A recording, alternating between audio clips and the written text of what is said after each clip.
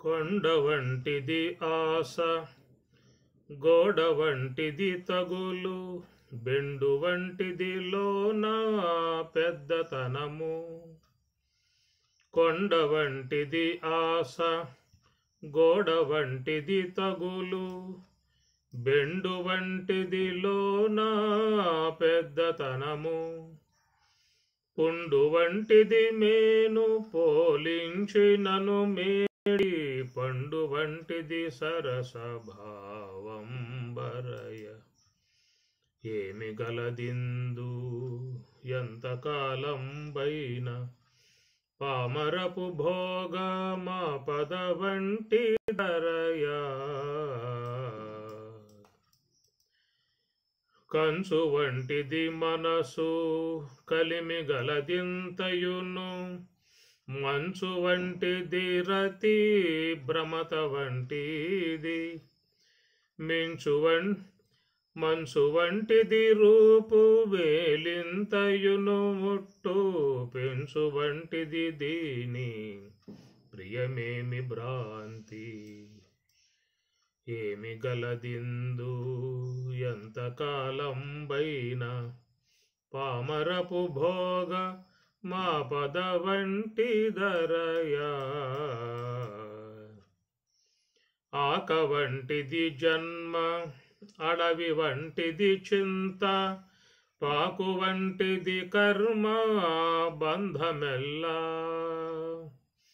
ఆక వంటిది జన్మ, అడవి వంటిది చింత, పాకు వంటిది కర్మ బంధమెల్లా. ఏకటను తిరువేంకటేశు దలచిన కోరిక, కాక సౌఖ్యములున్న గని వంటి ధరయ. ఏకటను తిరువేంకటేశు దలచిన కోరిక, కాక సౌఖ్యములున్న గని వంటి ధరయ.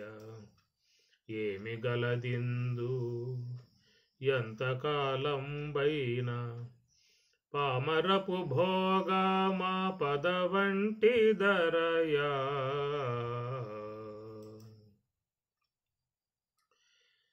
శంకరం శంకరాచార్యం కేశవం బాదరాయణం, సూత్రభాష్యకృతౌ వందే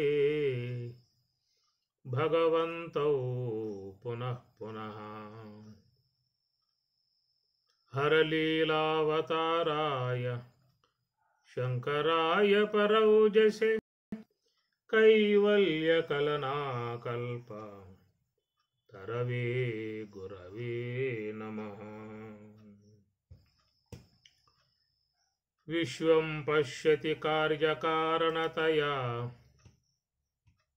విశ్వం పశ్యతి కార్యకారణతయా, స్వస్వామి సంబంధతః శిష్యాచార్యతయా, తథైవ పితృపుత్రాద్యాత్మనా భేదతః. స్వప్నే జాగ్రతి వాయ ఏష పురుషః, మాయా పరిభ్రామితః. తస్మై శ్రీ గురుమూర్తయే నమ ఇదం, శ్రీ దక్షిణామూర్తయే. తస్మై శ్రీ గురుమూర్తయే నమ ఇదం, శ్రీ దక్షిణామూర్తయే. విశ్వం పశ్యతి కార్యకారణతయా, కారణ కార్యాత్మికమై ఉన్నటువంటి జగత్ అనేటువంటి దానికి స్వస్వామి స్వస్వామి, సంబంధతః దానికి స్వామిగా ఉన్నటువంటి వారుగా మనం భావించాల్సింది సర్వేశ్వరుడు. ఈ జగత్తంతటికి కూడా అధినాయకుడు, విశ్వానికి ఆయన ప్రభువు. కాబట్టి స్వామి అని చెప్పనంటే ప్రభువు అనేటువంటి అర్థం వస్తుంది. కాబట్టి ఆ ప్రకారముగా శాస్త్రములన్నీ కూడా అదే అంశాన్ని బోధిస్తూ ఉన్నాయి.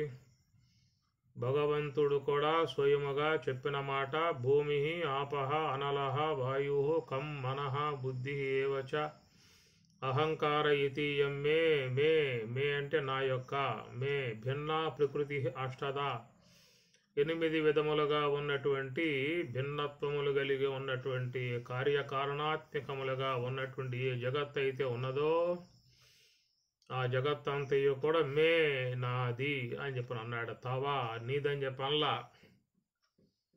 తవా నీది అంటే మనం ఏదన్నా భావించుకునే అవకాశం ఉంటుంది.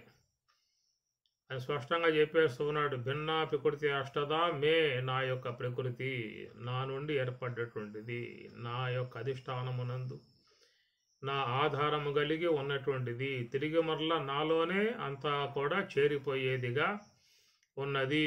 కాబట్టి విశ్వానికి స్వామి ప్రభువు నేనే. కాబట్టి నా యొక్క నాయకత్వములో జగత్తంతా నడుస్తూ ఉన్నది. మయాధ్యక్షేణ ప్రకృతి సూయతే సచరాచరం. చరాచరాత్మికమై ఉన్న జగత్తంతా కూడా మయా అధ్యక్షేణ నా అధ్యక్షతన ఇదంతా కూడా జరుగుతున్నటువంటి యొక్క విధానము. కాబట్టి విశ్వానికి ప్రభువు స్వామి నాయకుడు అని చెప్పనంటే సర్వేశ్వరుడు అనేటువంటి యొక్క భావన ప్రతి ఒక్కరూ కూడా కలిగి ఉండాల్సి ఉంటుంది. కాబట్టి ఈ ప్రకారముగా ఆయన నాయకత్వంలో విశ్వమంతా నడుస్తూ ఉన్నది. సమిష్టి జగత్తు కానీ వెష్టి జగత్తు కానీ అంతటికీ కూడా నియామకుడు ఈశ్వరుడు. అది భోక్తారం యజ్ఞ తపసాం సర్వలోక మహేశ్వరం. సమస్త లోకములకు ఈశ్వరుడనై ఉన్నాను, శాసకుడనై ఉన్నాను. భీషాస్మాత్వాతః పవతి భీషోదేతి సూర్య. భీష నా యొక్క భయము, నా యొక్క దండన, నా యొక్క శాసనానికి లోనయ్యే అన్ని ప్రకృతి అంతా కూడా నడుస్తుందన్నటువంటి విషయం మీకు తైత్రీయోపనిషత్తులోనూ చెప్పటం జరిగింది. కఠోపనిషత్తులో కూడా ఈ విషయమే చెప్పడం జరుగుతుంది. 2 చోట్ల ఒకే అంశముగా ప్రస్తావన చేయటం అనేటువంటిది ఉన్నది. భీష, భీష అంటే భయం అన్నమాట. భీష వాతః పవతే భీష ఉదేతి సూర్య భీషాస్మాత్ అగ్ని చ ఇంద్రశ్చ మృత్యురుధావతి పంచమః. కాబట్టి అగ్ని కానీ, వాయువు కానీ, ఇంద్రుడు కానీ, దేవతలు కానీ, యముడు కానీ అందరూ కూడా నా శాసనానికి లోనయ్యే వాళ్ళందరూ ప్రవర్తిస్తూ ఉన్నారనేటువంటి మాట. సకల దేవతలు ఈశ్వరాజ్ఞ కలిగి ఉన్నటువంటి వారు. జగత్తంతా పంచభూతములన్నీ కూడా భగవంతుని యొక్క నియామకత్వములో ఉన్నటువంటివి. వెష్టి జగత్తు సమిష్టి జగత్తంతా కూడా ఈశ్వరుని యొక్క చేతిలో ఉన్నది. ఇప్పుడు మన జీవితాలు మన చేతిలో ఉన్నాయా? మన జీవితాలు మన చేతిలోనే ఉంటే ఎవడో పోయే పనే చేసుకోడు. కాబట్టి స్వచ్ఛంద మరణం అని చెప్పని భీష్ముడికి ఏదో తండ్రి గారు ఆయన యొక్క త్యాగానికి మెచ్చుకొని, నాయనా నీకు స్వచ్ఛంద మరణాన్ని ప్రసాదిస్తున్నానురా, కాబట్టి నువ్వు ఏనాడైతే పోవాలనుకుంటావో ఆ పూట పోవచ్చు, అంతే, అంతవరకు మృత్యువు నీ వద్దకు రాడు అన్నటువంటి విధానముగా మరి శంతనుని తనయుడు ఆయన గారు అలాంటి వరాన్ని పొందిన విధానం ఉన్నది.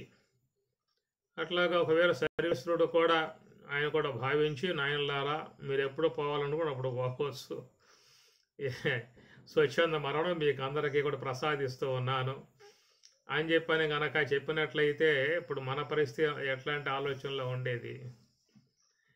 అది కనుక అలాంటి అవకాశాలు లేవు. ఈ స్వచ్ఛంద మరణం లాంటి విధానాలు పరమాత్మ ఇవ్వడు.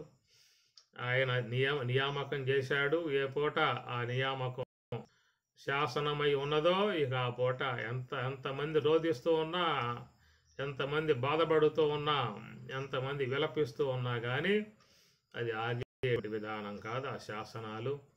ఈ ప్రకారం మృత్యురు ధావతి పంచమః. మృత్యురు ధావతి, మృత్యువు ధావతి పరిగెడుతూ ఉన్నాడట. మృత్యు ధావతి పరిగెడుతూ ఉన్నాడు, పంచముడై ఉన్నాడు. మృత్యువు పరిగెడుతూ ఉన్నాడు. ఎక్కడెక్కడ ఏ ప్రాణులను తీసుకుపోవాలో ఆ విధంగా పరిగెత్తే విధానం అని చెప్పేసి అని.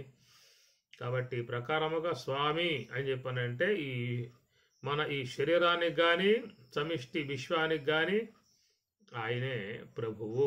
ఇది గుర్తించుకోవాల్సిన అంశము. కనుక మన బ్రతుకులు మన చేతుల్లో లేవు. మన బ్రతుకులన్నీ కూడా ఈశ్వరుని యొక్క చేతిలో ఉన్నాయి. ఆయన కాలస్వరూపుడు. ఏవి శంకరుడు కాలస్వరూపుడు. శంకరుడు శం సుఖం సుఖం శం సుఖం కరోతీతి శంకర. శం అంటే సుఖం, సుఖమును కరోతి ప్రసాదించేటువంటి వాడు కాబట్టి శంకరుడు అని చెప్పని అన్నారు. మరొక మాటలో కాలుడు అన్నారు. అందరినీ కూడా నిర్దాక్ష్యంగా వధించే విధానం ఆయన కాలస్వరూపుడు. కాలాయ నమః, కల వికరణాయ నమః అని మనకి పరమేశ్వర పంచముఖాలలో ఒకటి వస్తూ ఉంటుంది.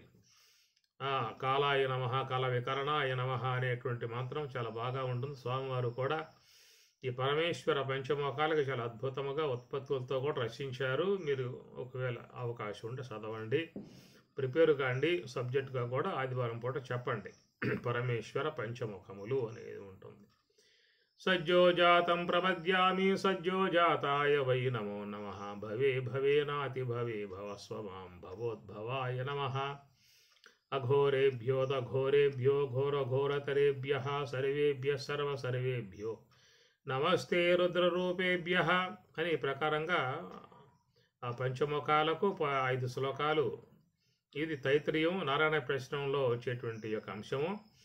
దాని ప్రత్యేకంగా స్వామివారు పరమేశ్వర పంచముఖములు అనే అంశముగా చెప్పటం జరిగిందనమాట. అది కూడా చర్చనీయ అంశముగా మనం పెట్టుకోవాలి ఎప్పుడో ఒకసారి. పరమేశ్వర పంచముఖాల మీద కూడా విచారణ జరగాల్సి ఉంటుంది. అందువల్ల ఆయన కాలస్వరూపుడు. కాలాయ నమః, కల వికరణాయ నమః అనే విధానముగా ఆయన కాలస్వరూపుడుగా ఉన్నటువంటి విధానము. ఆయన శంకరుడు అని కూడా చెప్పుకొచ్చారు. శం కరోతితి శంకర, సుఖమును కలుగజేసేటువంటి వాడు కాబట్టి ఆ హంస యొక్క ఆశ్రయములో ఉండి నివృత్తి మార్గములో పయనించేటువంటి వారికి శంకరుడు. ఎవరైతే కేవలం ఈ యొక్క మోహాదులలో మునిగి, వ్యామోహాలలో మునిగి, దేహ సంబంధ భావాలలో మునిగి ఉన్నటువంటి వారికి ఆయన గారు కాలస్వరూపుడు. కాలుడై అందరినీ కూడా మరి లయింపజేసే విధానం చేస్తూ ఉంటాడు కాబట్టి ఆ ప్రకారంగా ఆయన శాసనాలకు విశ్వమంతా కూడా లోబడి ఆయన అధీనంలో పనిచేస్తూ ఉన్నది. మన ఈ శరీరములు అనేటువంటివి, మన బ్రతుకులు కూడా ఆయన చేతిలో ఉన్నాయి అన్నమాట. మన బ్రతుకులు కూడా ఆయన చేతుల్లో ఉన్నాయి, ఆయన చేతిలో ఉన్నాయి. నేనేదో బ్రతుకుతున్నానని చెప్పి అనుకుంటూ ఉన్నాం, కానీ ఆ బ్రతుకుకి ఆయన అర్థం కలిగించింది ఆయన గారే. జీవనం సర్వభూతేషు అన్నాడు స్వామివారు గీతలో. జీవనం సర్వభూతేషు, సమస్త భూతముల యందు ఉన్నటువంటి జీవనం. ఆ జీవనం అహం అస్మి, నేనే. కనుక ఆయన అనుగ్రహముతోనే మనం మన బతుకులు కొనసాగించుకుంటూ ఉన్నాము. అందుచేత ఆయన స్వస్వామి, ఆయన నియామకుడు. మన శరీరంలో ఉన్న భాగాలన్నీ ఎవరయ్యా ఆడిస్తుంది? మనమే ఆజ్ఞాపించాం వాటిని ఏమన్నా? శరీరంలో ఉన్న భాగాలు పనిచేస్తున్నాయి అంటే నిరంతరంగా అహర్నిశలు, పగలు రాత్రి అహర్నిశలు. భూమి మీద పడింది మొదలు భూమిలోకి పోయే పర్యంతం వాటికి విశ్రాంతి అనేది భగవంతుడు పెట్టలా. అవి కూడా కోరుకోలా. ఏం స్వామి మాకింత పెద్ద వరకు పెట్టావు, ఆ బడవ పగలంతా పని చేసుకుంటాడు, నైట్ పడుకుంటాడు, మరి మాకేం విశ్రాంతి లేదా అన్న విధానంగా ఏమన్నా అడిగాయా? ఎప్పుడైనా అడిగేదా? దాఖలాలు ఉన్నాయా? మరి చూడండి ఆ శాసనం ఎట్లా ఉన్నదో. మన శరీరం లోపల అనేక అవయవాలు నిరంతరముగా అహర్నిశలు క్షణకాలం కూడా వాటికి రెస్టే లేదు, తీరికే లేదు.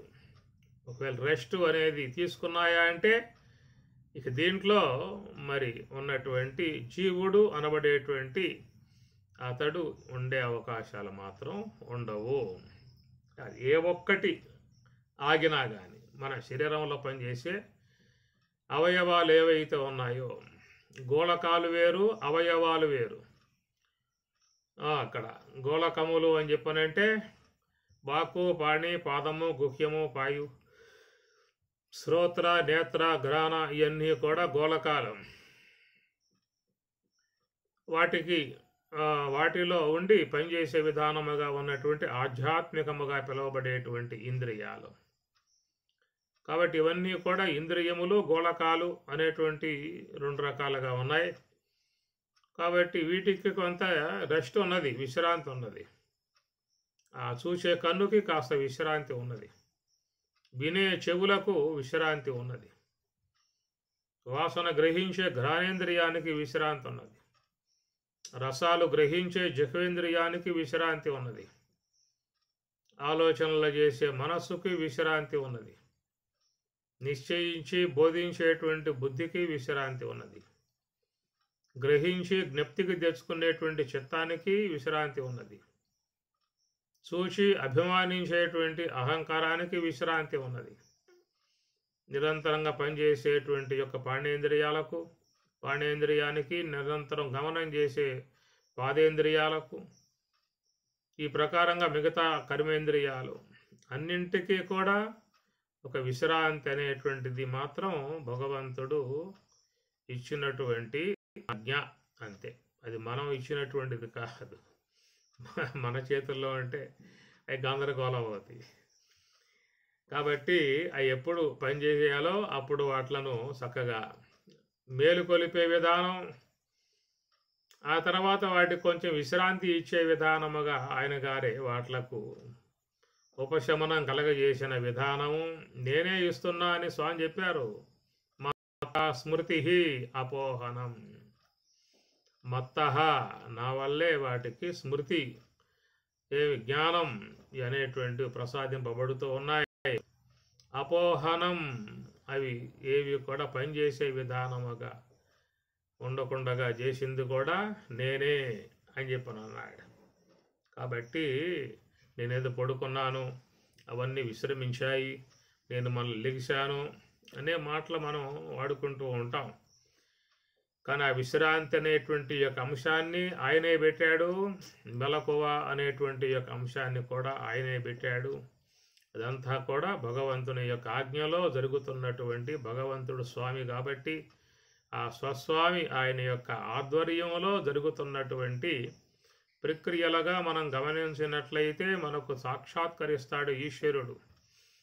అనగా వీటికి ఏ యొక్క వ్యక్తి కారణమై ఉన్నాడో ఆ కారణాన్ని మనం గుర్తించాలంటే కార్యాలలో ఉన్నటువంటి యొక్క వైశిష్యమును మనం గుర్తించగలగాలి. అందుచేత కార్యాన్ని బట్టి కారణాన్ని ఊహించడం లోకంలో ఉన్నటువంటి ఒకనొక విధానం.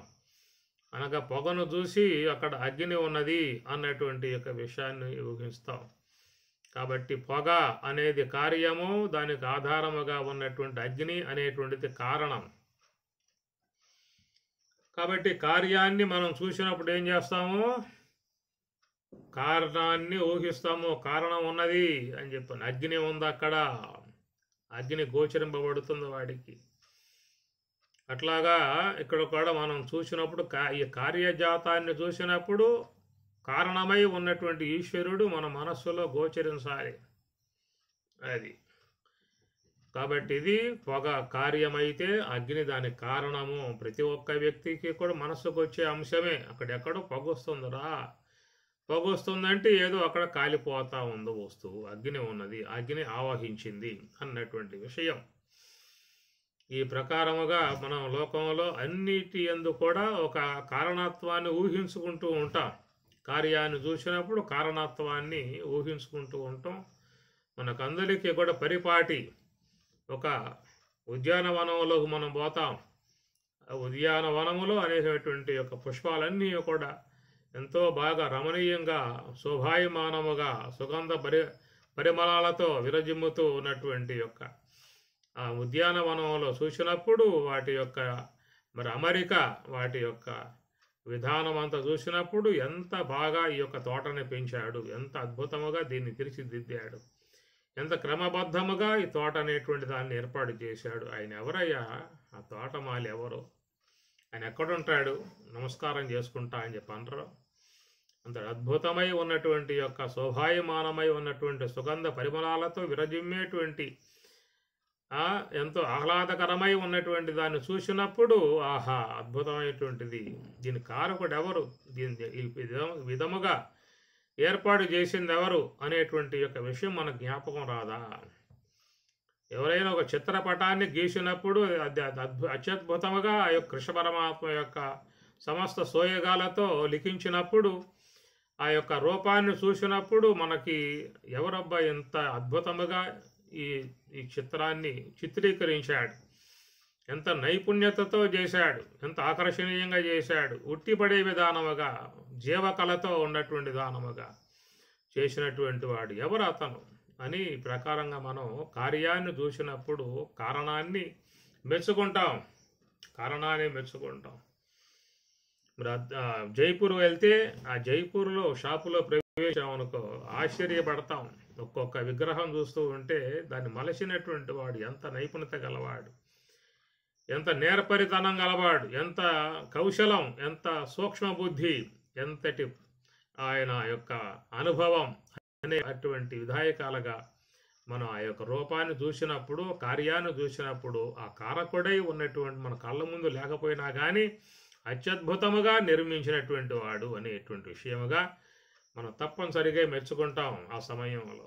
ఈ ప్రకారముగా లోకములో అనేక కార్యాలు చూసినప్పుడు సంబంధమై ఉన్నటువంటి కారకుణ్ణి మనం ఎమ్మటే మెచ్చుకుంటాం, ఊహిస్తాం, మెచ్చుకుంటాం, అత్యద్భుతముగా ఆయనకి నమస్కారం చేసుకుంటామే. మరి ఈ ప్రకారముగా మన కళ్ళ ముందు ఎంతటి అద్భుతాలుగా ఉన్నటువంటి యొక్క ఈ ప్రక్రియలు చూసినప్పుడు మనకెందుకు ఈశ్వరుడు జ్ఞాపకం రావటం లేదు. కనుక ఆయన ఈ యొక్క విశ్వానికి స్వస్వామి, సమస్త విశ్వానికి ఆయనకి ప్రభువు, ఆయన అత్యద్భుతముగా చేసినటువంటివన్నీ కూడా. కాబట్టి వెష్టి శరీరము ఆయన చేతుల్లోనే ఉన్నది, సమిష్టి విశ్వమంతా కూడా ఆయన అధీనంలోనే ఉన్నది. ఈ విశ్వం అంతటికి కూడా ఆయన ప్రభువు. స్వామి అంటే ప్రభు అనేటువంటి మాట. అందుచేత మనం ఈ శరీరాన్ని ఇచ్చినటువంటి యొక్క భగవంతుడు, ఇంత అత్యద్భుతముగా నిర్మించి ఇచ్చిన భగవంతుడు, అన్ని అవయవాలు చక్కగా అమర్చి ఇచ్చినటువంటి భగవంతుడు, అన్ని ఇంద్రియాలు పుష్కలంగా ఎలాంటి లోటు లేకుండా సమర్పించినటువంటి భగవంతుడు మెచ్చుకోదగిన విషయం. చూడండి, ఎవరైనా ఒక అవయవం గనక లోపిస్తే ఆ జీవితం ఎంత దుర్భరప్రాయంగా ఉంటుందో. కళ్ళు లోపించినట్లయితే వాళ్ళ జీవితం అంధకారం, ఎటు పోయే అవకాశం లేదు, ఏది చూసే అవకాశం లేదు. నిరంతరంగా మనస్సులో వాళ్ళు చెందేటువంటి మనోవ్యధ, ఎవరికి చెప్పుకున్నా ఉపయోగం లేనటువంటి యొక్క అంశం. తమలో తామే మరి బాధపడటం తప్ప ఎవరికి చెప్పుకునే అవకాశం లేదు. కాబట్టి ప్రకారముగా ఏ ఒక్క అవయవం లోపించినా కానీ జీవితం దుర్భరప్రాయమే. ఒకవేళ లేకపోయినా ప్రమాద స్థాయిలో పడతాం, ఒకవేళ వాక్కు లేకపోయినా ప్రమాద స్థాయిలో పడతాం. కొంతమందికి మరి అవయవాలు లోపిస్తాయి, చేతులు కాళ్ళు పనిచేయకుండా ఉన్నటువంటి జీవితాలు కొన్ని చూస్తూ ఉంటాం. వాళ్ళు ఎంత ప్రయాసపడుతూ ఉంటారో, ఎంత బాధపడుతూ ఉంటారో, ఎంత వేదన చెందుతూ ఉంటారో. ఆ బాధ వాళ్ళకే అది తెలుసు తప్ప ఎవరికి కూడా అది తెలిసే విషయం కాదు. కాబట్టి ప్రకారముగా ఏ బాధ లేకుండా, ఏ అవయవము లోపం లేకుండా అన్నింటినీ కూడా సమగ్రముగా సమకూర్చి ఇచ్చినటువంటి విధానం నుండి భగవంతునికి వీడు ఎన్ని నమస్కారాలు పెట్టాల్సి ఉంటుంది ఈశ్వరునికి. ఏమి అది ఎప్పుడైనా తలంచిన సందర్భాలు ఉన్నాయా?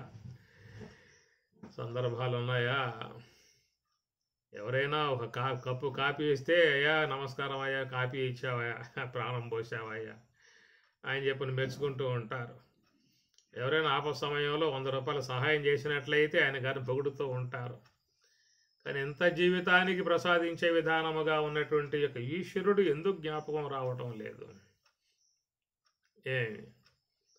ఎవరైనా ఒక మహాత్ముడు తన గృహానికి వచ్చాడు, ఆతిథ్యం ఇచ్చారు. ఆ ఇంట్లో వాళ్ళు బాధపడుతూ ఉన్నారు. ఏమిటమ్మా అన్నాడు. మా వాడికండి పుట్టుకతో కన్నులు వీడికి బాధపడుతూ ఉన్నాడు, అంధుడై జీవిస్తూ ఉన్నాడని చెప్పి అనగా, ఆ మహాత్ముడు తన మహిమతో ఆ విధంగా ఆ చేతులతో స్పృశించగానే వాడి కళ్ళు వచ్చేసాయి. రావటంతో వాడి కళ్ళు తెరిచాడు, అంత అద్భుతంగా చూస్తూ ఉన్నాడు. ఇక దాంతో ఇంటల్లపాది అందరూ కూడా ముగ్ధులైపోయారు, ఆశ్చర్యశక్తులైపోయారు. ఇక ఆ మహానుభావుడికి దండాలు పెట్టారు, నమస్కారం చేశారు, మానసారం పడ్డారు, అత్యద్భుతంగా ఆయన సత్కరించారు, సన్మానించారు, పూజించారు, పాదపూజ చేశారు, ఎన్నో చేస్తారు. ఎప్పుడు కనపడ్డా నమస్కారం చేస్తారు. మా వాడికి ఈయన కండ్లు ప్రసాదించాడు అన్న విధానములో ఉన్నారు మహాత్ములు. ఆ విధంగా దివ్యత్వమును ప్రసాదించగలిగేటువంటి యొక్క ఈశ్వర శక్తి కలిగి ఉన్నటువంటి వాళ్ళు ఉన్నారు. సదాశివ బ్రహ్మేంద్ర స్వాములు, కోతులూరు వీర బ్రహ్మేంద్ర స్వాములు కానీ, ఇట్లా షిరిడి సాయిబాబా కానీ అనేక మంది మహాత్ములు విశ్వంలో జనించారు. అలాంటి ఈశ్వర శక్తులు కలిగి ఉన్నటువంటి వారు వాళ్ళు ఎన్నో మహిమలు చేశారు. సాయిబాబా మన కళ్ళ ముందే పుటపర్తిలో ఎన్నో మహిమలు చేయగా ఎంతోమంది చూసి ముగ్ధులైపోయి ఆయన దాసులై సేవకులై ఆయన సేవించినటువంటి యొక్క రోజులు ఒకప్పుడు ఉన్నాయి.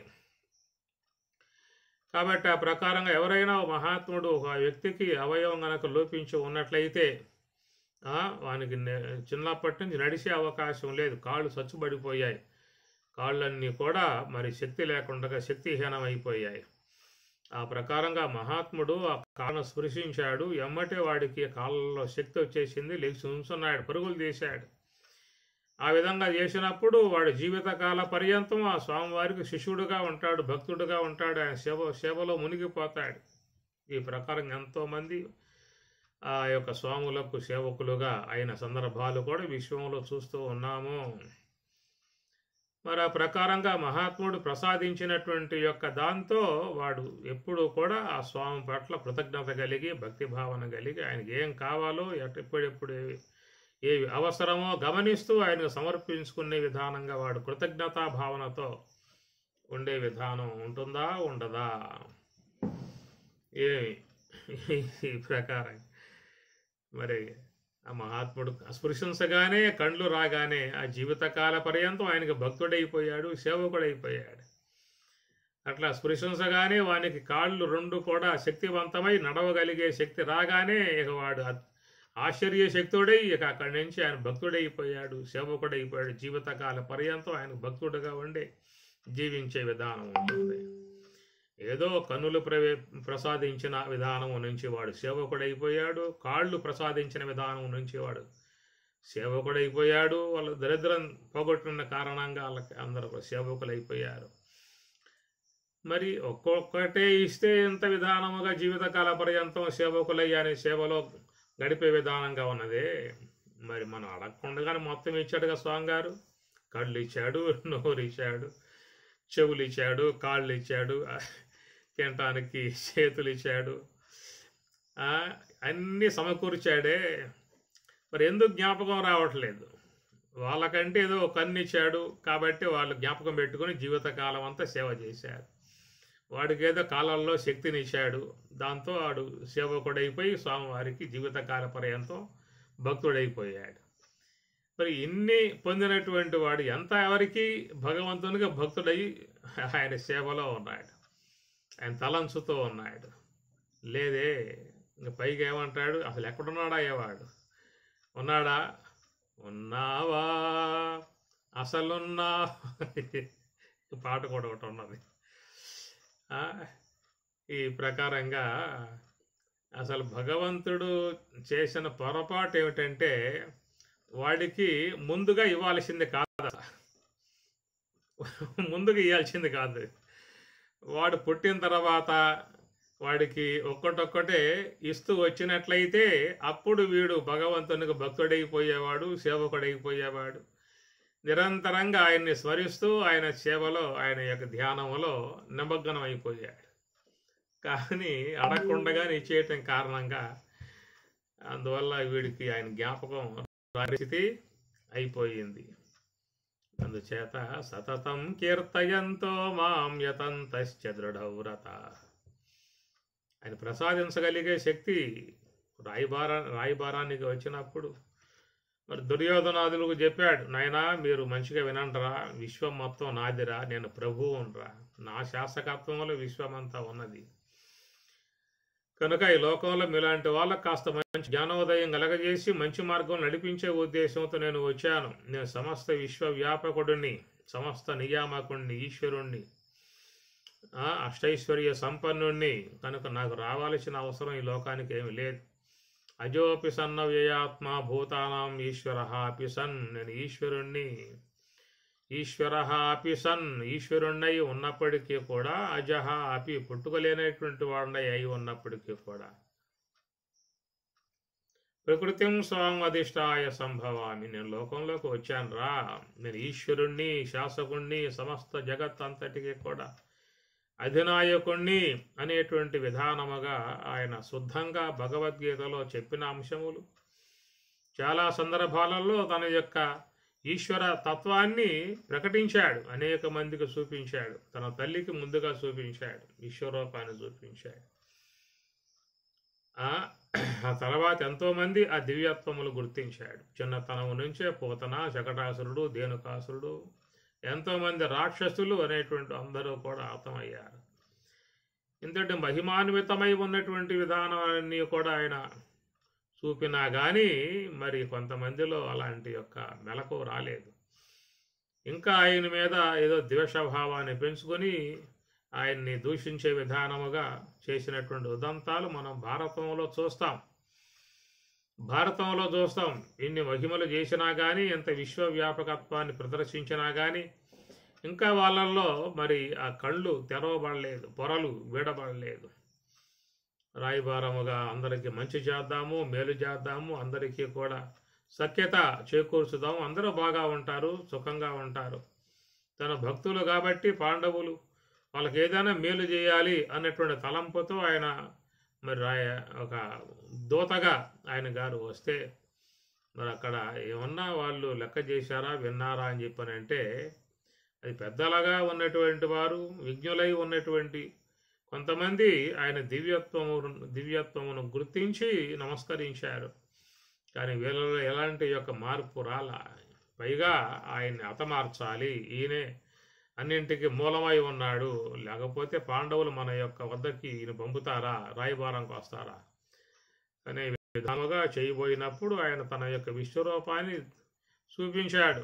నేను ఈశ్వరుణ్ణిరా, నా చేతుల్లో హతమవుతారు మీరు, వినండి, మంచిగా వినండి, అందరూ బాగా ఉంటారు అని ఆ యొక్క విశ్వరూపాన్ని చూపించినా కానీ వాళ్ళల్లో మరి మార్పు అనేటువంటిది రాలేదు అని చెప్పనంటే ఇంకా దానికి ఏమన్నా చెప్పండి. ఆ దివ్యత్వమును తెలియనప్పుడు ఏదైనా తప్పుగా భావించుకునే అవకాశం ఉంటుంది. అర్జునుడు కూడా ప్రాధేయపడ్డాడుగా, అయ్యా క్షమించండి, మన్నించండి అని చెప్పని అన్నాడు అర్జునుడు 11వ అధ్యాయంలో. పితేవ పుత్రస్య సఖేవ సఖ్యు ప్రియ యారసి దేవసోఢం క్షమా అని కోరుకున్నాడు. తెలియక అట్లా భావించాను, తెలియక నిన్ను సంబోధించాను అన్న విధానాలు ఉన్నాయి గీత 11వ అధ్యాయంలో. కాబట్టి వివేకం గలవాడు తెప్పరిల్లుకుంటాడు. ఒకవేళ అజ్ఞానిగా ప్రవర్తించినను, మూర్ఖత్వంగా ప్రవర్తించినప్పటికీ కూడా ఒకవేళ తెలుసుకున్న తర్వాత వ్యక్తి తన యొక్క మార్పును పొంది ఆ దివ్యత్వం వైపుకు వస్తాడు. ఎలాంటి మార్పు లేకుండా ఉన్న విధానము మరి ప్రవర్తించినప్పుడు, పరమాత్మ చెప్పినా విననప్పుడు చివరికి అందరూ కూడా మరి ఆ యొక్క కురుక్షేత్రములో అసూలు బాసి వెళ్ళిపోవాల్సిన పరిస్థితి. విశ్వరూపమును ప్రదర్శింపజేసినప్పుడు దానిని అందరూ కూడా చూసి కొనియాడుతూ ఉన్నప్పుడు, ఆయన కీర్తిస్తూ ఉన్నప్పుడు ఆ యొక్క విధానాలు విన్నటువంటి ధృతరాష్ట్రుడు, యా పరమేశ్వర నాకు కూడా కన్నులు ప్రసాదించు, నేను కూడా నీ యొక్క దివ్య రూపాన్ని చూస్తాను అని చెప్పని అన్నప్పుడు పరమాత్మ ఆయనకు దివ్య చక్షువులను ప్రసాదించాడు. మన భారతంలో వచ్చే అంశం. దివ్య చక్షువులు ప్రసాదించినప్పుడు ఆ చక్షువులతో కృష్ణ పరమాత్మ దర్శించుకుంటాడు. దర్శించుకున్న తర్వాత అన్నాడు, స్వామి నా కొద్ది కన్నులేగా, నీ యొక్క దివ్య రూపం దర్శించాను చాలు, ఆ ముద్ర అట్లా మనస్సులో ఉన్నాయి గాక, ఇంకే అవసరం లేదు. ఈ అరాచకములు, ఈ కుళ్ళు, ఈ కుతంత్రాలు, అసూయ, ద్వేషాలు, కక్షలు, కార్పణ్యాలు ఉన్నటువంటి యొక్క ఈ రూపాలనే నేను ఈ కళ్ళతో దర్శించలేను. కాబట్టి నాకు ఈ కన్నులు నువ్వే తీసుకో, నువ్వే ఇచ్చావు, నువ్వే తీసుకో. ధృతరాష్ట్రుడు పాత్ర మీకు భారతంలో చాలా వరకు చాలా మంచిగానే చాలా సందర్భాలలో మనం దర్శిస్తాం. అయితే పుత్ర వ్యామోహంతో ఆయన ఆ విధంగా చెడ్డవాడుగా ముద్రపడ్డాడే కానీ చాలా వరకు ఆయన గారు మరి మంచి విధానమే కనబడుతుంది. అక్కడ మాత్రం స్వామి ఇక నాకు ఈ కన్నులు వద్దు, ఈ కన్నులతో నేను దర్శించలేను, ఈ సమాజం అంతా కూడా చాలా కుళ్ళుగా ఉన్నది, వైషమ్యాలతో ఉన్నది, ద్వేషాలతో ఉన్నది, కక్షలతో ఉన్నది, విభేదాలతో ఉన్నది, కనుక నేను చూసి అవి భరించలేను, కనుక నాకు వద్దు అని చెప్పని అంటాడు. ఆ ప్రకారంగా ఆయన గారు కన్నులు ఇవ్వటము, ప్రసాదించటం లాంటిది చూస్తే ఆయన ఈశ్వరుడు. దివ్యం దదామితే చక్షు పశ్యమే యోగమైశ్వరం అని భగవద్గీత 11వ అధ్యాయం అంటాడు. దివ్యం దదామితే చక్షు, నేను నీకు దివ్య చక్షులు ప్రసాదిస్తూ ఉన్నాను. పశ్యమే యోగం ఐశ్వర్యం, ఈశ్వర సంబంధమై ఉన్నటువంటి నా యొక్క ఈశ్వర రూపాన్ని నీవు చూడుమో అని స్వామివారు అంటారు. అట్లాగా చూసినట్లయితే ఈశ్వరుడు సమస్త నియామకుడు. ఆయన ఈ లోకానికి ధర్మ సంస్థాపన కోసంగా రావటం అనే అంశముగా స్వామివారే చెప్పుకున్న విధానం. కాబట్టి ఈ విధముగా ఈశ్వరుడు అని చెప్పినప్పుడు స్వస్వామి సంబంధత కార్యకారణాత్మికమై ఉన్నటువంటి ఈ జగత్తంతటికి కూడా ఆయన ఈశ్వరుడు, ఆయనే నియామకుడు అన్నటువంటి భావం రావాలే గాని నేను సమస్తానికి నాయకుణ్ణి కనుక నా యొక్క ఆధ్వర్యంలోనే మొత్తం నడుస్తూ ఉన్నాయి, నేను సంపాదించి పోషిస్తూ ఉంటే వీళ్ళందరూ బతుకుతూ ఉన్నారు, నేను లేకపోతే మాత్రం ఒక్కడ మిగిలి ఉండే అవకాశాలు లేవు అని అనుకుంటాడు. నువ్వు లేనప్పుడు విశ్వం లేదా, నువ్వు పోయాక విశ్వం ఉండదా, ఇంకెవరు ఉండరా, కనుక అందరూ ఉంటారు. ఏదో భ్రమ, నేను లేకపోతే ఏమైపోతారో అనేటువంటిది భ్రమ తప్ప అంతా మరి పోషణాత్మకమై ఉన్నటువంటి ఈశ్వరుడు, ప్రభు, భగవంతుడు, సర్వేశ్వరుడు, సమస్త నియామకుడు అన్నటువంటి విధానాన్ని ప్రతి ఒక్కరూ కూడా మనస్సులో చెరిగిపోని ముద్రలాగా ఉండిపోవాలి, అలా ఉండాలి. కనుక ఇది గుర్తిస్తే ఉన్నటువంటి వాస్తవాలు దాని మీద మనస్సు కొంచెం భగవంతుని వైపు నిలబడే అవకాశం ఏర్పడుతుంది. లేకపోతే స్వస్వామి, నేనే స్వామిని, నేనే ప్రభువుని. వాడి పేరేంటి? పౌండ్రక వాసుదేవుడు. భాగవతంలో వస్తుంది అంశం. ఈ పౌండ్రక వాసుదేవుడు కృష్ణ పరమాత్మకు వర్తమానం పంపాడు. అయ్యా నీ పేరు మార్చుకో, నేను వాసుదేవుణ్ణి అని చెప్పని. నువ్వు కాదు వాసుదేవుడివి, కాబట్టి నేను వాసుదేవుణ్ణి, నేనే ఈశ్వరుణ్ణి, నేనే సమస్త నియామకుణ్ణి అని కృష్ణ పరమాత్మల వారికి వర్తమానం పంపాడు. నీ పేరు మార్చుకోవయా, నా పేరు పెట్టుకుని వ్యవహరిస్తూ ఉన్నావు, నా పేరు పెట్టుకుని నువ్వు హెలవనవుతూ ఉన్నావు, కాబట్టి నా వల్ల విశ్వంలో అందరూ కూడా బతుకుతూ ఉన్నారు, నా వల్ల అందరూ కూడా ఊపిరి పోసుకుంటూ ఉన్నారు, నేను నియామకుడుగా ఉన్నాను, నువ్వు నా పేరు పెట్టుకుని నువ్వు ఎట్లా ప్రవర్తిస్తూ ఉన్నావు అని చెప్పన్న విధానముగా కృష్ణ పరమాత్మల వారికి పౌండ్రక వాసుదేవుడు వర్తమానం పంపాడు. వారి పేరు మార్చుకుంటావా, నాతో యుద్ధానికి వస్తావా అని. కయ్యమా లేకపోతే పేరు మార్పా అనే విధానాలు. ఇక ఆయన ఆహ్వానం మేరకు ఆయన గారు వచ్చారు. ఇక ఎందుకు కృష్ణ పరమాత్మల వారు వచ్చారు అంతే. ఇక అయినా నీకు సుఖమరణం ప్రసాదిస్తున్నాను రా అని చెప్పని సుదర్శన చక్రంతో ఆయనకి సుఖమరణం ప్రసాదించిన ఉదంతం మీకు భాగవతంలో వచ్చేటువంటి అంశం ఇది. పౌండ్రక వాసుదేవుడు, నేనే ప్రభువుని, నేనే నియామకుణ్ణి, నేనే వాసుదేవుణ్ణి.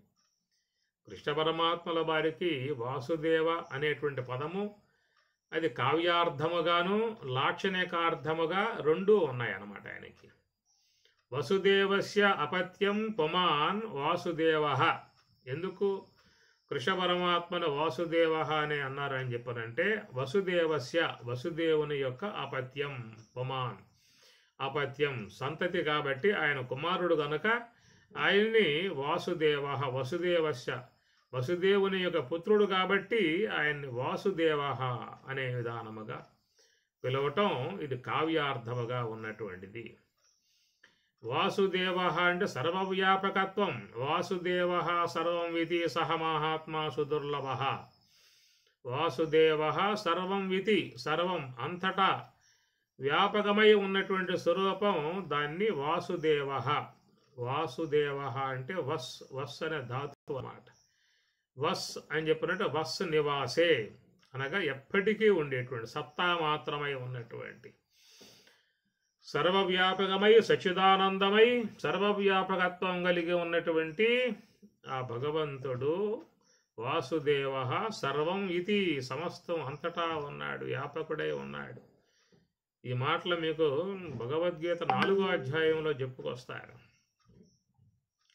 చాతుర్వర్ణ్యం మయా సృష్టం గుణకర్మ విభాగశః తస్య కర్తారమపి మాం విద్ధి అకర్తారం అవ్యయం. 2 మాటలు అక్కడ వస్తాయి.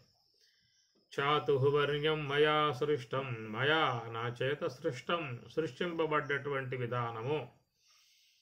ఈ ప్రకారముగా విశ్వంలో ఉన్నటువంటి సకల మానవ సముదాయం అంతా కూడా, సమస్త జీవరాశులను అన్నింటినీ కూడా, స్థూల సూక్ష్మ కారణ ఇత్యాదివన్నీ కూడా మయా సృష్టం, నా చేత సృష్టింపబడ్డాయి అన్నాడు. మయా సృష్టం గుణకర్మ విభాగశః, గుణములు అనేటువంటి వాటిలో నా అధీనంలో పెట్టుకుని ఆ గుణ విధానాలను అనుసరించి వాళ్ళకి ఆ ప్రకారముగా నిర్మించడం లాంటిది చేయటం జరిగింది అనే మాట వాడుతూ, తస్య కర్తారం అపి, తస్య వాటికి, దానికి, వాటికి, కర్తారం అపి కర్తగా ఉన్నప్పటికీ కూడా, అపి అంటే కూడా అని అర్థం. కర్తారం అపి, నేను కర్తగా, కర్తారం అని చెప్పనంటే చేసేవానిగా, కర్తారం అంటే చేసేవాడు, భోక్తారం అంటే తినేవాడు, పీతారం అంటే తాగేవాడు, ద్రష్టారం అంటే చూసేవాడు, శ్రోతారం అంటే వినేవాడు, గంతారం పోయేవాడు, ఆ గంతారం వచ్చేవాడు, నీతారం తీసుకునేవాడు. ఇట్లా అన్ని పదాలు అట్లా వస్తాయి అనుకోండి. కానీ ఇక్కడ కర్తారం అపి, నన్ను కర్తగా మీరు భావించినప్పటికీ కూడా, అకర్తారం అవ్యయం, అకర్తారం ఏమీ కూడా చేసేవానిని కాను అనేటువంటి విషయాన్ని నీవు తెలుసుకొనుము, విద్ధి తెలుసుకొనుము. చాలా సూక్ష్మముగా ఉన్నటువంటి అంశం అన్నమాట ఇది. కర్తారం అపి, నన్ను కర్తగా నువ్వు ఒకవేళ నువ్వు భావించినప్పటికీ కూడా, అకర్తారం అకర్తారం అవ్యయం, అకర్తారముగా విద్ధి తెలుసుకొనుము అన్నాడు. అంటే ఏమిటి అంటే మాయా ఉపాధి అనుసరించి ఆయన కర్తారముగా ఉన్నటువంటి విధానం. కర్తారం సమస్త సృష్టి వ్యవహారమును చేస్తున్నటువంటి విధానం. కానీ స్వరూపత చూసినట్లయితే అకర్తారం, ఆయన ఏమీ చేసేవాడు కాదు. శుద్ధ బ్రహ్మము ఏమీ చెయ్యదు, కేవలం సాక్షి మాత్రం ఉన్నటువంటి విధానము, సచ్చిదానందమై ఉన్నటువంటి విధానం. కనుక సచ్చిదానందమై ఉన్నటువంటి యొక్క విధానంలోనేమో అకర్తారం అన్నాడు. ఉపాధి దృష్టితో చెప్పినప్పుడు కర్తారం అని చెప్పనన్నాడు. కాబట్టి ఈ భావన మరి ప్రతి మహాత్మునికి ఉంటుంది, ప్రతి బ్రహ్మజ్ఞానికి ఉంటుంది. వాళ్ళు కూడా ఎట్లా ఉన్నారు అంటే యోగ సమాధిస్థులై ఉన్నటువంటి వారు కాబట్టి ఎప్పుడు కూడా బ్రహ్మమునందు ఆనందించేటువంటి వారుగా ఉన్నారు.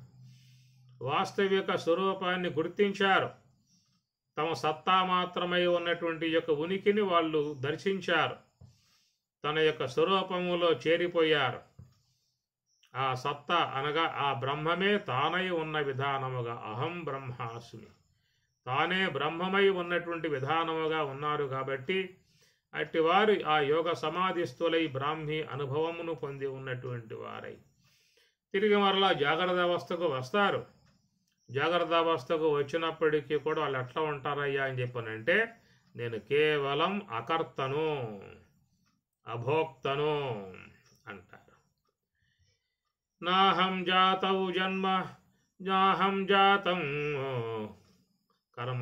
కర్మ బంధౌ కుతో మే, నాహం కర్త బంధమోక్షౌ కుతో మే, నాహం దేహం జన్మ మరణం కుతో మే, కాబట్టి నాకు దేహం లేదు, జనన మరణాలు లేవు, నాకు చిత్తం లేదు, శోకమోహాలు లేవు, నాకు అహంకారం లేదు, అవి కర్తృత్వ భోక్తృత్వ బాధలు లేవు అనేటువంటి విధానముగా వారి యొక్క భావన.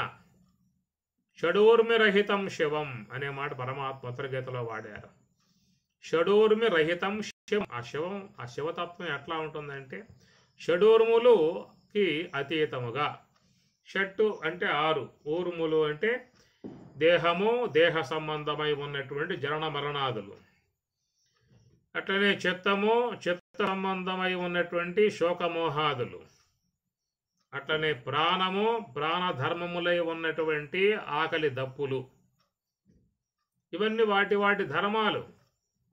చావు పుట్టుకలు దేహ ధర్మాలు, శోకమోహములు చిత్త ధర్మాలు, ఆకలి దప్పులు ప్రాణధర్మాలు. కాబట్టి ఈ ప్రకారముగా షడూర్మిరహితం శివం, ఆ శివతత్వంలో చేరి ఉన్నటువంటి వారు, బ్రహ్మానుభవముతో ఉన్నటువంటి వారు వాటిని తన మీద ఆరోపితం చేసుకోరు. వాళ్ళు ఏమంటారు? అహం సచిదానంద స్వరూప అనేటువంటి భావనతో ఉంటారు. కనుక అకర్తారం విద్ధి. ఈ మాటలన్నీ చూసినట్లయితే ఆ మాయా అనేటువంటి ఉపాధి ఉపకరణంగా తీసుకున్న సందర్భములో కర్తారం అపి అన్నాడు. మాయా అనే ఉపకరణాన్ని పక్కన పెట్టేసి గనక ఆయన ఉన్నాడా అంటే కేవలం అకర్తారం విద్ధి అన్నాడు. కాబట్టి కర్తారం అపి, కర్తారం కాడేమో అపి అనే పదం వాడారు, అకర్తారం అన్న కాడేమో విద్ధి అనే పదం వాడారు. కాబట్టి కర్తారం అపి, కర్తగా మీకు అనిపిస్తూ ఉన్నాను, కానీ నేను మాత్రం స్వరూపతః బ్రహ్మము. కాబట్టి అకర్తారం. ఇది మహాత్ములు ఉన్నటువంటి స్థితి. లక్ష్మణార్యులు, అన్నయ్య తీర్థులు, శాస్త్రి స్వామి, ఇట్లాగా వివేకానంద, రామతీర్థ, తోతాపురి, పరమహంస, యాజ్ఞవల్కి, వశిష్ఠుడు, జమదగ్ని, ఇదంతా ఒక కోటలి. వీళ్ళంతా కూడా ఈశ్వరుని యొక్క స్వరూపము, ఈశ్వరాంశను పొంది ఉన్నటువంటి వారు, నిరంతరముగా నివృత్తి మార్గములో ఉన్నవారు. కాబట్టి హంస యొక్క ఆశ్రయమే వాళ్ళకి నివాసముగా చేసుకున్నటువంటి దానం కనుక వాళ్ళు ఎప్పుడూ కూడా బ్రహ్మమునందు ఆనందిస్తూ, బ్రహ్మమునందు రమిస్తూ, బ్రహ్మస్వరూపులై ఉండేటువంటి యొక్క విధానం. ఏషా బ్రాహ్మీ స్థితి పార్థ. అడుగడ్గునకు మాధవాను చింతన సుధా మాధుర్యమున మేను మరసువాని. ప్రతి నిమేషము పరబ్రహ్మంబు వీక్షించి సొక్కి వెలుపల మరచువాని. భాగవతంలో అంశాలు. ఇది మరి వారు ఆ ఈశ్వర తత్వమునందు ఉన్నటువంటి వారు బ్రహ్మమును అవలోకన చేయటం అనేటువంటిది పెద్ద సమస్య కాదు. అలాగే అది శుద్ధోపాధి. కాబట్టి శుద్ధ సాత్విక విద్య మాయ. ఆ శుద్ధ సాత్వికమై ఉన్నటువంటి దైవీ హేష మమ మమ విద్యయా అమృతం అశ్నుతే. కాబట్టి అది విద్య, దైవీ శక్తి, శుద్ధ సాత్వికమైనటువంటిది. అలాంటి దాంట్లో ఉన్నటువంటి వారికి బ్రహ్మం కరతలామలకం. ఎంబటే వారు స్వరూపానుభవాన్ని పొందటానికి ఎలాంటి అడ్డంకులు లేవు. ఈ మలినోపాధి అనేది ఉంది కాబట్టి ఈ మలినోపాధిలో తగులుకున్నటువంటి విధానం జీవుడు గనుక ఏమి మాలిన్యంలో పడ్డటువంటి ఏగ ఏ ప్రకారంగా బయటపడలేక దాంట్లోనే తన్నుకులాడుతూ ఉంటుందో, మాలిన్యములో పడ్డటువంటి ఏగ దాని నుంచి బయటపడలేక విలవెల్లాడిపోతూ ఉంటుంది. అట్లాగా మాలిన్యమగు అవిద్యలో పడ్డటువంటి జీవుడు బయటపడలేక నానా రకాలై ఉన్నటువంటి యొక్క విలాపములు, ఆలాపనలు కొనసాగించే విధానముగా ఉన్నాడు. కానీ ఇక్కడ ఈయన చెబుతున్న మాట కర్తారం అపి అకర్తారం విద్ధి అనే మాటలు. అలాంటి ఆ యొక్క స్థితికి చేరుకున్నటువంటి వారు మాత్రమే ఆ సర్వేశ్వరుని యొక్క పదజాలాన్ని అర్థం చేసుకునే అవకాశం ఏర్పడుతుంది. సామాన్యులుగా ఉన్నటువంటి వారికి అవి అర్థం కావు. ఏమయ్యా ఓ పక్క ఏమో కర్త అంటాడు, ఇంకో పక్క అకర్త అంటాడు. అసలు కర్త అకర్త, చేసేవాడా చేయనివాడా? చేసేవాడు కాబట్టి కర్త అనాలి, చేసేవాడు లేకపోతే అకర్త అని చెప్పి అనాలి. ఏమిటి అంత ద్వంద్వ వ్యవహారం? ఈ పక్క ఏమో కర్త అంటాడు, ఆ పక్క అకర్త అంటాడు. ఇవన్నీ కూడా దాని యొక్క స్థితి తెలియకుండా ఉన్నటువంటి వారు, కేవలం తన యొక్క భ్రమలో మునిగి ఉన్నటువంటి వారికి ఆ మాటలు అర్థం కావు.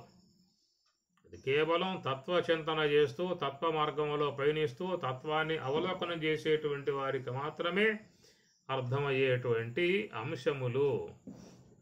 కాబట్టి ప్రకారముగా కర్తారం అకర్తారం, ఆయన కర్తగా ఉన్న అకర్త శుద్ధ బ్రహ్మముగా ఉండేటువంటి యొక్క విధానం గనుక అట్టి ఈశ్వరుడు సమస్త నియామకుడై సమస్త అందరికీ కూడా ఆయన అధినాయకుడుగా ఉన్నటువంటి వాడు.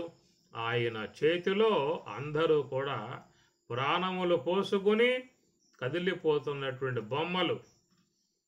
ఆయన అధిష్టానమునందే అందరూ కూడా జీవిస్తున్నటువంటి యొక్క విధానం చూడండి. ఒకసారి చూస్తే మన శరీరం కానీ శరీర మార్పులు కానీ దాంట్లో జరుగుతున్నటువంటి యొక్క క్రియా సంబంధ వ్యవహారం కానీ ఆ యొక్క నియామకత్వములు కానీ ఏమి ఎక్కడెక్కడ అసలు మన బాడీ మనకు అర్థం కాదు. మనం మెడికల్గా ఒక 10 ఏళ్ళు 20 ఏళ్ళు ఏమన్నా బాగా దాన్ని అధ్యయనం చేయగలిగితే మన శరీరములో ఉన్నటువంటి యొక్క అవయవాలు మనకు కొంతవరకు వాటి యొక్క ఫంక్షన్, వాటి యొక్క క్రియా విధానాన్ని కొంతవరకు అర్థం చేసుకోవచ్చేమో. అక్కడికి అర్థం కాని విధానమే ఇప్పటికి కూడా మెడికల్ సంబంధముగా ఆ యొక్క అధ్యయనం చేసేటువంటి వాళ్లకు దిక్కుతొయ్యినటువంటి యొక్క విధానాలు కనబడతా ఉన్నాయి. అసలేమిటి ఈ ప్రక్రియ, ఏమిటి నిర్మాణం, ఏమిటి అత్యద్భుతమైనటువంటి యొక్క ప్లాన్ ఏమిటి, ఎట్లా ఇదంతా చేయటం జరిగింది, ఎవరన్నా చేశారా, వాటికి అవి ఏర్పడ్డాయా, మరి ఎవరు చేయకపోతే ఇంత క్రమ విధానము ఎలా ఉండగలుగుతాయి అనేటువంటి విధానం. అసలు మన యొక్క శరీరం యొక్క నిర్మాణ విధానం చూసినట్లయితే చూసిన వాళ్ళకి ఆ విషయం ఆశ్చర్యకరముగా అద్భుతముగా వాళ్ళు చూసి నమస్కారం చేసుకుంటూ ఉన్నారు. ఏదో ఉన్నది, అర్థం కానిది ఏదో ఉన్నది, దాని నియామకత్వంలో జరుగుతూ ఉన్నది, ఆయన శాసకత్వంలో జరుగుతూ ఉన్నది. ఇది ఎవరో కూడా ఆ యొక్క నిర్మించుకున్నది కాదు, ఎవరో దీన్ని ప్లాన్ చేసుకునేది కాదు, అది ఎవరో చేసినటువంటి విధానం అని చెప్పేసి అని అనూహ్యముగా ఉన్నటువంటి ఒక నియామకత్వ గల ఆ నియామకునికి వాళ్ళు మనసారా నమస్కరించుకుంటూ మరి ఆ యొక్క వినమ్రులై తలంచుకోవటమే తప్ప అంతగా మించి ఇంకా వాళ్ళు ముందుకు పోయే అవకాశాలు లేవు. కాబట్టి ప్రకారముగా కార్యకారణాత్మకమై ఉన్నటువంటి యొక్క విశ్వం ఏతున్నదో అంతటికీ కూడా స్వస్వామి, సమస్త విశ్వానికి ఈశ్వరుడు, నియామకుడు, భగవంతుడు, నేనన్నటువంటి యొక్క భావన పోవాలి, అహం అనే భావన పోవాలి, అహంకారం పోవాలి. ఒక్కసారి చూస్తే ఆయన యొక్క పరమేశ్వరుని యొక్క విధానం మనకి ఆయన తెలియబడతాడు. కనుక ఈశ్వరుని యొక్క అనుగ్రహముతోనే మన మోక్షములో కూడా పోవాల్సి ఉంటుంది. కనుక పరమాత్మ అనుగ్రహం, ఈశ్వరానుగ్రహం ఉన్నటువంటి వారే బ్రహ్మములోకి పోవటం జరుగుతుందో తప్ప తమకు తాముగా పోయే అవకాశం మాత్రము లేదు అనేటువంటి విషయములో విశ్వం పశ్యతి కార్యకారణతయా స్వస్వామి సంబంధత. ఆయన స్వామి, ఈశ్వరుడే స్వామి, కార్యకారణాత్మక జగత్తంతటికి కూడా ఆయన ప్రభువుగా భావించి ఆయన యొక్క శక్తిని గుర్తించి ఆయన దివ్యత్వాన్ని గుర్తించి వినమ్రులై నమస్కరించుకుంటూ ఉన్నటువంటి వారికి ఈశ్వరానుగ్రహం కలిగి ఉన్నటువంటి వారు చక్కగా భగవంతుని వైపుకి ప్రయాణం చేసి ధ్యానములో ప్రయాణం చేసి ఆ పరమాత్మ అనుగ్రహాన్ని, బ్రహ్మ స్వరూప అనుభవాన్ని పొందటానికి చక్కగా దోహదపడే విధానము భగవద్ అనుగ్రహము. ఓం సహనావతు సహనౌ భునక్తు సహ వీర్యం కరవావహై తేజస్వినావధీతమస్తు మా విద్విషావహై. ఓం శాంతి శాంతి శాంతి. హరి ఓం తత్సతు. శ్రీ గురుభ్యో నమః. హరి ఓం.